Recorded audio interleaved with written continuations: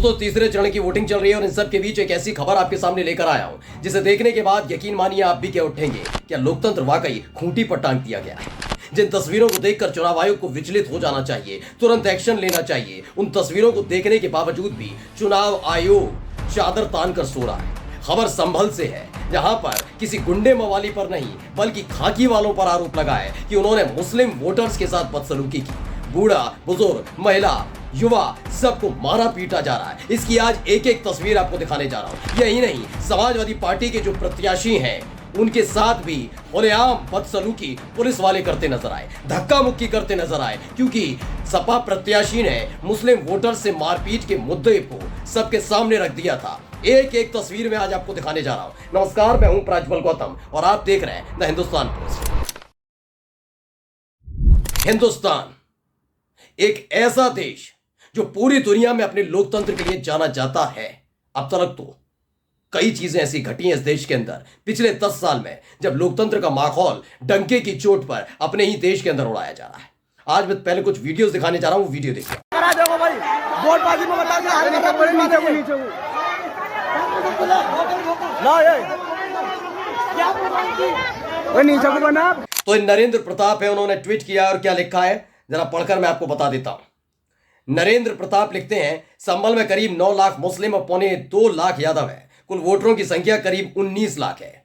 अब अंदाजा लगाइए इतने बड़े स्तर पर संभल में क्या हो रहा है। आपने देख लिया, एक बूढ़ा बुजुर्ग जमीन पर पड़े हुए हैं, सामने लाठी लेकर पुलिस वाले खड़े हुए हैं और जो इधर से हंगामा हो रहा है और बताया जा रहा है पुलिस वालों ने बूढ़े बुजुर्ग को लाठी डंडों से पीटा है। इसी वीडियो का अगला हिस्सा और है, वो भी मैं आपको दिखाने जा रहा हूं कि एक बूढ़ा बुजुर्ग व्यक्ति अपनी पीठ दिखा रहा है। देखिए लाठियों से किस तरीके से उसकी पीठ पर गुंडागर्दी की, जी हां, गुंडागर्दी की छाप को छाप दिया गया। देखिए पहले तो ये देखिए पुलिस का काम अब ये है। पहले मैं पूरी तस्वीर बताना चाहूंगा संभल में, संभल क्यों खास हो जाता है, वहां पर क्यों हुआ ये।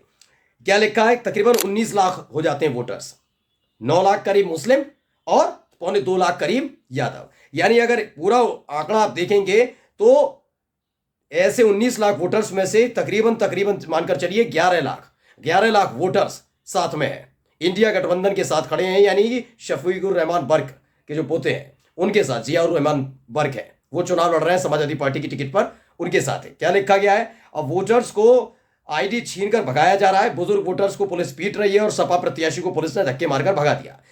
संभल को रामपुर बनाया जा रहा है। याद करिए आज से 1.5 साल पहले जब रामपुर में उपचुनाव हुआ था, तब रामपुर में भी ऐसी ही तस्वीरें निकल कर आ रही थी। बूढ़े बुजुर्गों को, खासकर मुस्लिम समुदाय के लोगों को, उनकी बस्तियों में पुलिस जमा हो गई थी, उन्हें घर से नहीं निकलने दिया। आरोप लगे थे साफ साफ, वीडियोस भी आए थे सामने कि देखिए हम वोट डालने जा रहे हैं लेकिन पुलिस जाने नहीं दे रही। ये तस्वीरें आई थी, वीडियो, बयान, तमाम चीजें थी, लेकिन कोई कार्रवाई नहीं हुई थी।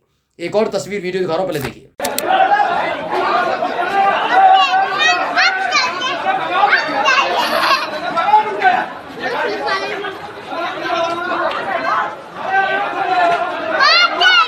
इसे मोहम्मद अनस ने ट्वीट किया और लिखा कि सड़क पर यह बुजुर्ग नहीं, लोकतंत्र पड़ा हुआ और केंचुआ कहीं सो रहा है। संभल में पुलिस एवं प्रशासनिक गुंडागर्दी के बल पर मुस्लिम मतदाताओं को पीटा जा रहा है ताकि वोट देने न निकले।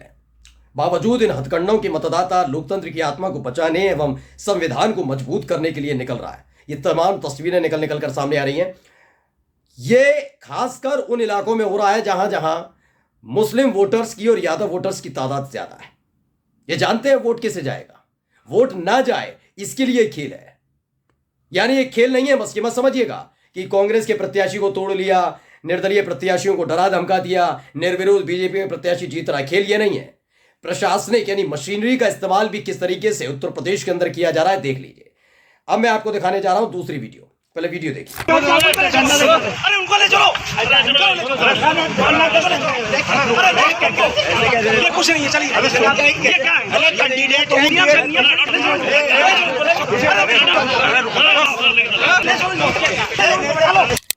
तो भी आपको ये जो सर पर टोपी लगाए हुए हैं काले रंग की और सदरी पहन रखी है, इनको मैं इनका पहला परिचय दे दूं जिनके साथ बदसलूकी की जा रही है पुलिस की तरफ से। कौन है? दरअसल ये शफीकुर रहमान बर्क जो समाजवादी पार्टी के सांसद रहे, हाल ही में उनका निधन हो गया, इंतकाल हुआ, उनके पोते हैं जियाउर रहमान बर्क। यही इंडिया गठबंधन के प्रत्याशी हैं। जी हां, समाजवादी पार्टी के प्रत्याशियों सलूक देखिए पुलिस कैसे कर रही है, धक्का मुक्की खदेड़ रही है, भगा रही है। ये सुलूक किया जा रहा है प्रत्याशियों के साथ।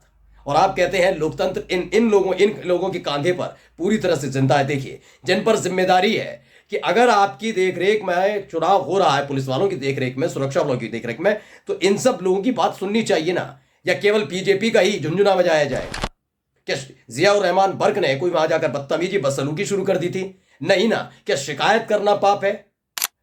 इसको लिखा है अभी मोहम्मद अनस ने लिखा है कि तानाशाही नहीं है तो क्या है। वर्तमान विधायक एवं समाजवादी पार्टी और कांग्रेस गठबंधन के लोकसभा उम्मीदवार जियाउर रहमान बर्क के साथ मारपीट पर उतर आया संभल प्रशासन। और इसके बाद जियाउर रहमान बर्क ने क्या कुछ कहा है, पहले सुन लीजिए। आयोग ने अधिकार दिया है, जिन लोगों की पर्ची नहीं कर पाई है वो वहाँ पे रह करके पर्ची बनाए, लेकिन उनके बच्चे को छीन करके खींच करके और उनको बंद कर दिया गया।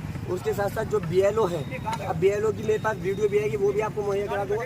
जो सरकारी BLO हैं उनके भी बस्ते छीन लिए गए।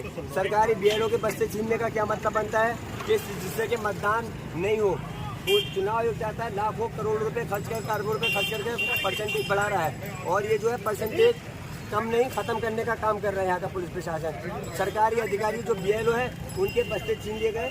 उनकी वीडियो अगर आप कहो, अभी ये लड़के हैं, देखिए इनके आधार कार्ड छीन लिए गए। ये ज्यादा हो रहा है, जुल्म हो रहा है, इनके साथ जुल्म हो रही है। तो सुना आपने, इसमें बताया पुलिस ने BLO के बस्ते छीने ताकि वोट परसेंटेज ना बढ़े। मुस्लिम वोटरों से बूथों पर पुलिस अभद्रता कर रही है। ये इस डंके की चोट पर संभल में हो रहा है, यानी रामपुर वाली कहानी संभल में दोहराई जा रही है। ये सीट हाथ से जा ही रही है, ये बात जानते हैं ये लोग, क्योंकि मैं तो वोटर्स के आधार पर चल रहा हूं ना। इनको पता है संभल में बीजेपी यानी कमल खेलना बड़ा मुश्किल है। तो जैसे रामपुर में हुआ वैसे यहां कराया जाएगा, वहां जैसे हुआ था ऐसे ही तस्वीरें यहां से निकल कर आनी चाहिए। जहां जहां मुस्लिम बाहुल्य सीटें हैं वहां वहां कुछ ऐसी ही तस्वीरें निकल कर सामने आ रही, लगातार सामने आ रही हैं। चाहे पहला चरण हो, दूसरा चरण हो, अब ये तीसरा चरण है। इतने हताश और निराश हो चुकी है बीजेपी, वो समझ गई है कि उनका अपना कोर वोटर तो उनसे इतना नाराज है, वोट कास्ट करने नहीं आ रहा, तो दूसरी विपक्षी पार्टी के वोटरों को जो उत्साहित होकर वोट कास्ट करने आ रहे हैं उन्हें कैसे करके ना रोके जाए। देखिए खबर क्या है, इस खबर को यूपी तक ने भी छापा है और लिखा क्या है। संभल यूपी लोकसभा चुनाव 2024, संभल में वोट देने गए मुस्लिम वोटर्स के साथ ही क्या हो रहा है। उत्तर प्रदेश में लोकसभा चुनाव के तीसरे फेज के लिए 10 सीटों पर वोटिंग चल रही है। इसमें संभल, हाथरस, आगरा, फतेहपुर सीकरी, फिरोजाबाद, मैनपुरी, एटा, बदायूं, आंवला और बरेली की सीट शामिल है। इस बीच संभल में वोटिंग को लेकर समाजवादी पार्टी की तरफ से गंभीर आरोप सामने आए हैं। सपा ने आरोप लगाया है कि संभल में मुस्लिम मतदाताओं को वोट डालने से रोका जा रहा है। और ये अब आरोप नहीं है, ये तो तस्वीरें भी मैंने आप तक पहुंचा दी कि किस तरह की तस्वीरें आ रही हैं। सोचिए, सपा प्रत्याशी से धक्का मुक्की की जा रही है, पुलिस बर्ताव कैसा कर रही है, मुस्लिम जो वोटर्स हैं उन्हें पीटा जा रहा है, खदेड़ा जा रहा है, जो बूथ है वहां पर पुलिस खुद उन्हें धक्का देकर बाहर भगा रही है। एक एक तस्वीर अब आपके सामने आ गई ना, कोई छिपाने वाली बात नहीं है। कोई ये नहीं कि किसी ने आरोप लगाया और मैंने आपको वो बता दिया हो, एक एक खबर सबूतों के साथ है। लेकिन अफसोस की बात है इस देश के अंदर जिस चुनाव आयोग को सबसे पहले खड़ा होकर ऐसी चीजों पर एक्शन लेना चाहिए, ऐसे अधिकारियों पर, ऐसे पुलिस वालों पर एक्शन लेना चाहिए, वो कुछ नहीं कर रहा, चुपचाप बैठा हुआ है। रामपुर वाली तस्वीर को फिर से इस देश के अंदर दोहराया जा रहा है। निशाने पर मुसलमान है, क्योंकि जानते हैं मुस्लिम किस तरफ जाएगा, उस तरफ न जा पाए, चुनाव सपा का प्रत्याशी है, इंडिया गठबंधन का प्रत्याशी न जीत पाए, तो कुछ इस तरीके हथकंडे अब आजमाए जा रहे हैं। नमस्कार।